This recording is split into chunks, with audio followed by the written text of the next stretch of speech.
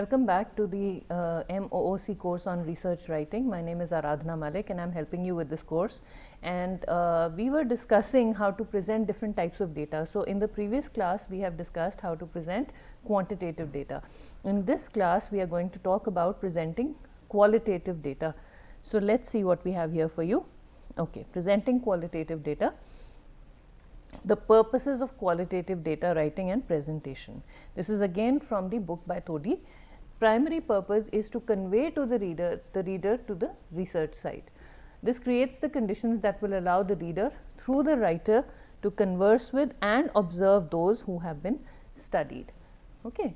To produce a rich picture of reality, detailed, extensive, reliable in its internal consistency and representative in the width of the voice it reports.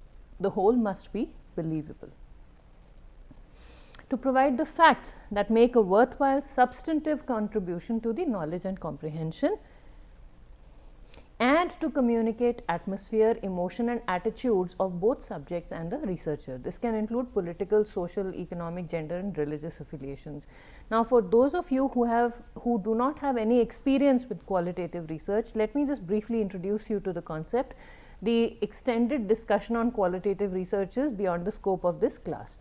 However, I can share with you a little bit about qualitative research. Now, when we present qualitative data, we assume that the reader's biases, the reader's opinions, the reader's emotions, the reader's involvement with the data will be a part of the study and will influence how the study progresses, and that is all considered a part of the study. The researcher, what the researcher does is that the researcher goes from being a part of the situation, experiencing it, writing about it, from the perspective of somebody who is involved in and is affected by the situation, and outside and comes out of the situation, and someone who comes out of the situation observes it objectively as an academic, as a researcher, connects it to past experiences, and then takes that knowledge, understands what has gone on as a researcher, not as a participant, and then goes back into the situation and experiences some more of the situation. So, this dance is an integral, this dance between being involved and understanding the situation that is being studied as a participant, as a person who is affected by the situation, and an objective researcher who understands the situation from a totally unbiased point of view, who is able to connect whatever is learned from the situation to past experiences and build a solid base for future knowledge, is called qualitative research. This forms an element, this forms the basis for qualitative research. This is, the qualitative research is by definition, it is not quantified, it is not objective, it is in the gray area. So, it is assumed that it will be biased, your opinions will feature into it. However, knowing fully well that your opinions and biases are a part of the situation, you will be able to come out, distance yourself and study the situation as a researcher and an academic, and go back and apply whatever you have studied into the situation and or into your understanding of the situation, and then be a part of the situation again. So, that is what forms qualitative research, and that is when we talk about it or when we write it, it is a very it's so when we write about it, it becomes that dance, that balance has to be presented in such a way that a comprehensive idea of the situation is presented. Then, another purpose of qualitative data writing and presentation is to demonstrate researcher reflexivity through the researcher's commentary on his or her effect on data gathering and reporting. So, what is happening is, as we said in the previous slide here, to communicate atmosphere, emotion and attitudes of both the subjects and the researcher. You are a part of the situation, you are communicating the emotions associated with that situation, you are communicating your attitudes associated with the situation, you are also communicating what has happened to the subjects by virtue of your presence in that situation. and then you come out of the situation and you demonstrate researcher reflexivity, which means you think back, you reflect on whatever you have experienced, you connect it through to whatever you have studied or whatever you have learned from past literature. So, to demonstrate researcher reflexivity through the researcher's commentary on his or her effect on the data gathering and reporting. You understand, you acknowledge, you mention it explicitly that just because you were a part of this situation, the data gathering and reporting was affected by your being part of the situation.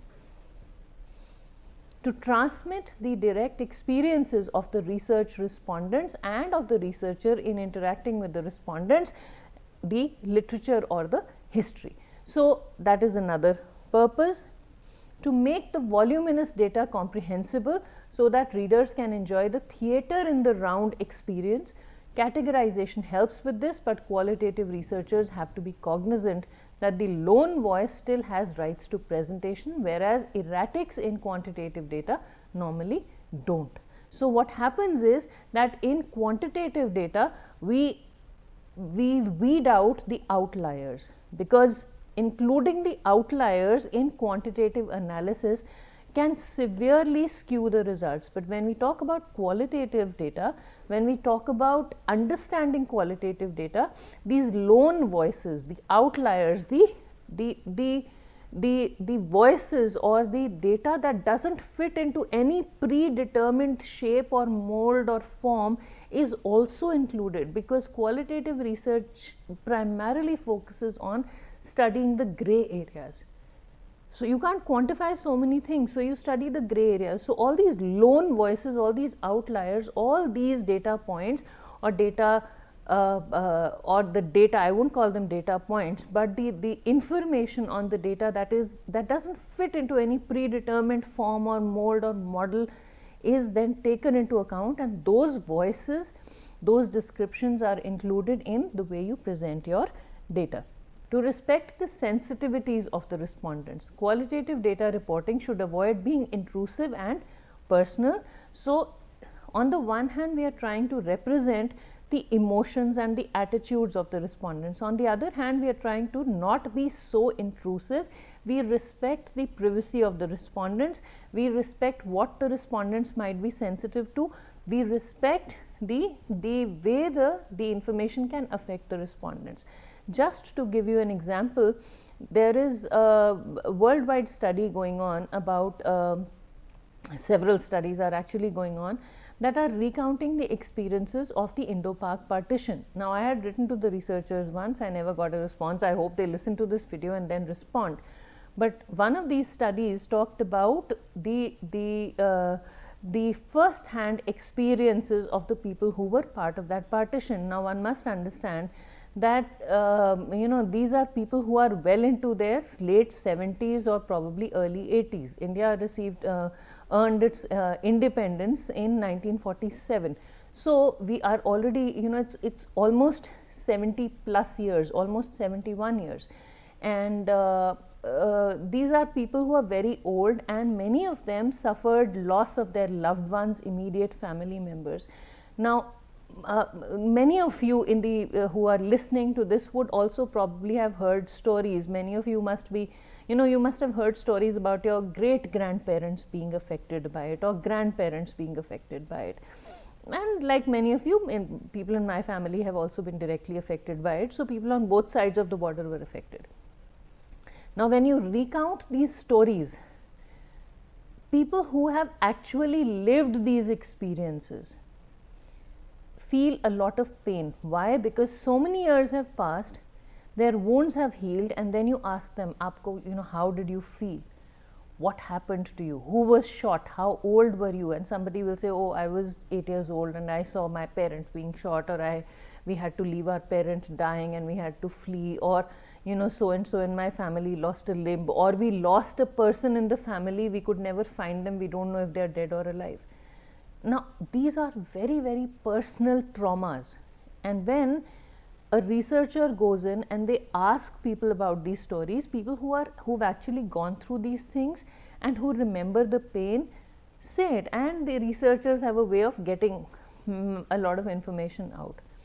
However, what we forget in doing so is that the healing process is damaged to quite an extent. So when these stories are pulled out from the person who you are talking to, their healing process becomes disturbed, and it becomes the researcher's responsibility to, on the one hand, you want to get as much information as possible, but on the other hand, you also don't want to damage or you don't want to hurt the sensitivity of the person who has gone through such a traumatic experience. So what we do is, ethically, what one must do is debriefing or helping with either pulling out this information in such a way that it doesn't disturb the person, which means you don't get it out in one shot. You build a rapport with the person and do it in spurts, in a very slow manner, and then you stop when you realize that it's causing a lot of pain to the person who's telling you that story. Another way of doing it is to have a counseling session or a debriefing session after this is done, to have a professional counselor come in and help the person go back into that mode. Often the healing does not really happen. For many people it may be cathartic, for other people it may really refresh those wounds that had healed several decades ago. So one must respect the sensitivities of the people who are there. Now, many times a lot of these stories of, maybe some people say, you're studying criminology and somebody has had a criminal, a person who has been convicted of some crime in their family. They tell you the details, but they don't want details that can help identify or that can link the criminal to their family. Why? Because the family has a certain social standing. And when you report these things as a researcher, it is your responsibility to respect that feeling and remove and sanitize the data and remove all identifying information from the data.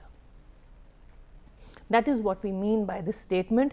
To respect the sensitivities of respondents, qualitative reporting should avoid being intrusive and personal. To some extent, you have to be personal, but you stop when you realize that you can't go any further without severely damaging a person's a person's mind or heart, not mind, but a person's feelings.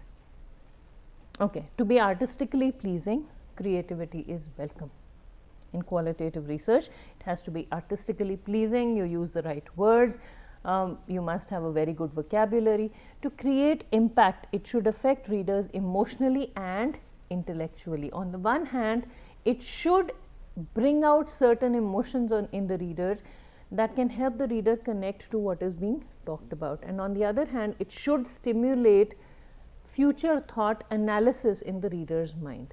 So that dance between the researcher and the participant must be transmitted through whatever is being talked about to the person who is reading your paper, and it must percolate through your paper and then find a place in the way the reader reads whatever is being presented. Polyvocality is another one. What is polyvocality? Polyvocality refers to the dance of different voices while presenting qualitative data and analysis of qualitative data. These voices can be your own as a researcher, a participant, an observer, or merely as a reviewer of the data you have received, or a combination of the above. Like I told you, the researcher becomes a participant, the researcher may be an observer, the researcher may be just a reviewer of the data, but you move between these roles, and the movement between these roles is and how you describe these experiences in moving through these roles is called polyvocality. Poly means many, vocal means has something to do with your voice. So the voice that you, I'm not talking about physical voice, but the genre you use to write whatever you are writing. So that, or the perspective from which you write different parts of your paper, come together and form a polyvocal representation of your data. Presenting your polyvocal data. Voice, if the voice is a conventional extreme, then the extent of raw data would be up to 33%. The researcher presence is overly absent. It's covertly present in having chosen the data, format and conclusion. So you are outside the situation and you are viewing it from outside the situation. The researcher presence is overly absent. It's covertly present in having chosen the data, format and conclusions. The intentional reader involvement is nil. So you are not involved in the presentation of the data intentionally. The researcher structures the document to point readers to unavoidable conclusions. So anyone who had access to that data would probably process it and anyone who processed or analyzed the data in a similar manner would probably arrive at a similar conclusion if you're using a conventionally extreme voice. The format would be scientific, the tone is of distant reasoned debate, and so it's more or less like presenting quantitative results. Now, if the voice is a middle ground voice, so you are neither a participant nor an observer, but you are somewhere between the two, then the extent of raw data is a substantial portion, it is 33 to 66%. The researcher presence is the researcher is overly present. The researcher describes his or her own values, so readers can judge the attitudes through which the data has been filtered. So you talk in first person. Intentional reader involvement is partial. The researcher will draw some conclusions but will leave space for readers to empathize with the data too. So this is the part where this dance is presented. You go in and then you go out, and then you go in and then you go out, and somewhere in the middle, that middle portion is presented through this. Format is conventional literature and methodology critiques precede raw data. The tone is of justified emotional researcher involvement. I feel, I believe, these kinds of statements come in. Now, if the voice is an alternative extreme, the extent of raw data is virtually the whole document. So, you present your raw data in the document and you leave it to the readers to analyze whatever it is you are saying. The researcher presence is overly absent. You are a participant. You present whatever you are presenting from the perspective of a person who is involved in the situation. Covertly present in having chosen the data and the format. So, you say this is what I am presenting, and then you go in and you describe your emotions and your involvement and your understanding of the situation as an insider. Intentional reader involvement is total. The readers are expected to react and relate to the data and draw their own conclusions. Format is alternative and dialogic, taking shape and form as the voices apparently materialize into text, unguided and unchecked. This is free narrative that is provided, and you let the reader assess what is going on. For example, a victim of emotional abuse writing about her own experiences during the abuse situation. A researcher who has been a victim of emotional abuse in a family or professional setting is writing about her own experiences in that setting. So, that would indicate that's a very and you leave it to the readers and you present the information in such a way that the readers are drawn to certain conclusions. However, it is all in first person with your own emotions, your own experiences, and then the readers can draw conclusions from it in the form of, okay, anyone who goes through emotional abuse in the workplace is going to experience A, B, C, D, E, or the impact of emotional abuse on a person with this kind of on an employee is going to be A, B, C, D, E. So, that is how this is presented. Writing and presenting individual interview data, requirements for all formats, which is conventional extreme, middle ground and alternative extreme. The extract selected should be as short as possible because your fascination with the data is unlikely to be felt as strongly by the readers. So, whenever you present interview data when you are talking about the data that you have collected and you are sharing that with the readers, so it should be short because people don't have time, and people, since you have already presented your analysis, excerpts should be as short as brief as possible. Excerpt should be representative. So, at some point you have to draw a representative excerpt because you will see a lot of information is being repeated. you will see patterns, even though you will say, okay, we are talking about qualitative research and qualitative data is, it seems to be all over the place. That is not so. You will still see some very subtle patterns emerging, and you take one section, you pick it up and you place it here. So, it is a representative. Be entertaining, because people would want to know what is new in this that they haven't heard before. Be few, since overuse of quotes can become tedious and the point being made can get lost in the words. You must respect confidentiality. Like I told you, if it needs to be confidential, you must sanitize the data and you must present it in a sanitized manner, making sure that no identifying information is present in how you share the data. Interviewees should have given permission for you to quote their words, but other people to whom they have referred in their speeches have not. So, you must take care of, you must seek permission to the extent possible from people who you are talking about, and have that in writing, have it with you, and sanitize the data wherever you feel you have not been able to get the person's permission.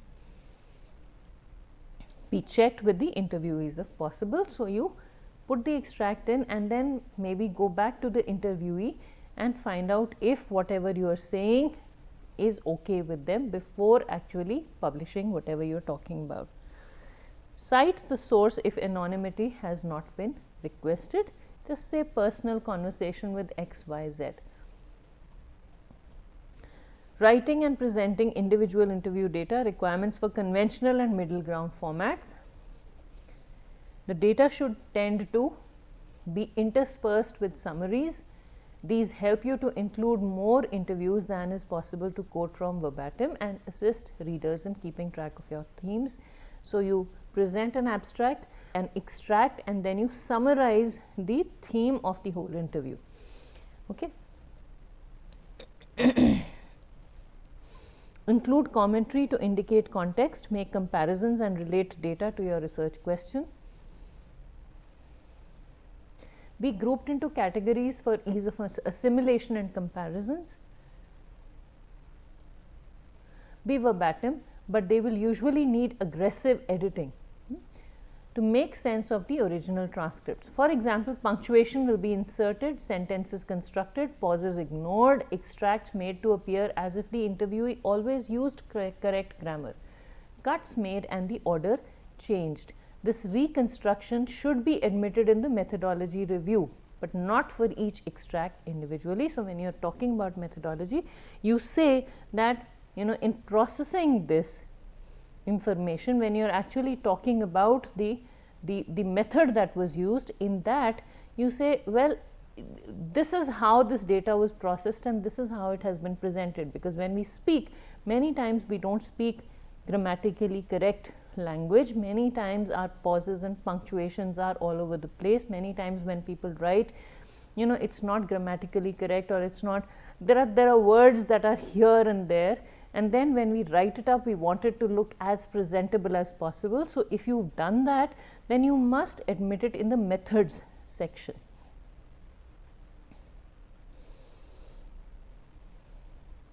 Writing and presenting individual interview data, requirements for alternative formats. The data should tend to include contextual information in the interview extracts, because you are presenting raw data. So, you must describe the context that the data took place in. Usually, but not invariably, be presented chronologically.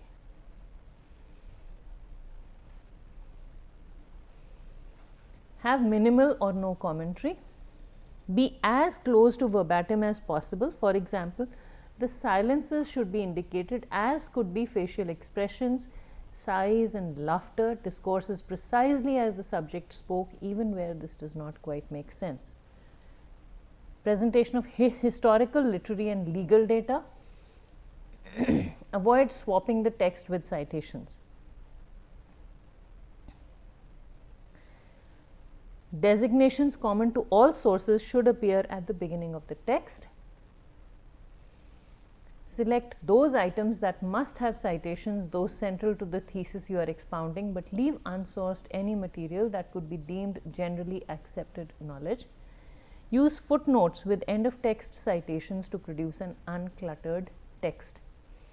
The sum of the text should exceed the sum of the quotations and examples. 1 or 2 per page is more than enough. Many times in legal data, historical data, we want to present, or we like to present a lot of information, that is, we need to present citations, but make sure that your explanation of those citations is more, or is more than the volume of the citations as a whole. Okay. Seek opportunities with the genres themselves. Within the genres themselves, use legal situations to explicate legal arguments, poetry to describe poetical analysis, etc. So, whatever you are presenting, if you provide an example of the same language, then it helps. Avoid repetition. Group together in an opening chapter or section the elements common to the whole. Utilize the wealth of your subject to break up text for emphasis. Use structural devices to focus readers' attention, and in this the introduction must outline the whole of your document. Reiterate principal points at intervals to help readers follow your themes. Okay. And that is all we have time for in this class. We will continue with some more discussion on research writing in the next class. Thank you very much for listening.